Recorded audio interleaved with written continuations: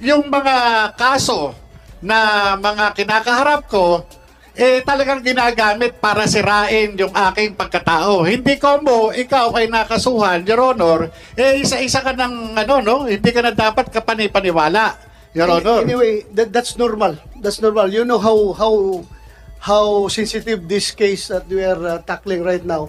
So you expect those kinds of hindi lang naman talaga, it's not actually to destroy your credibility, kundi just to set the record straight. Kay official records man yung mga kaso mo talaga, so kaya siguro sinait yan ng PDEA dahil totoo naman talaga.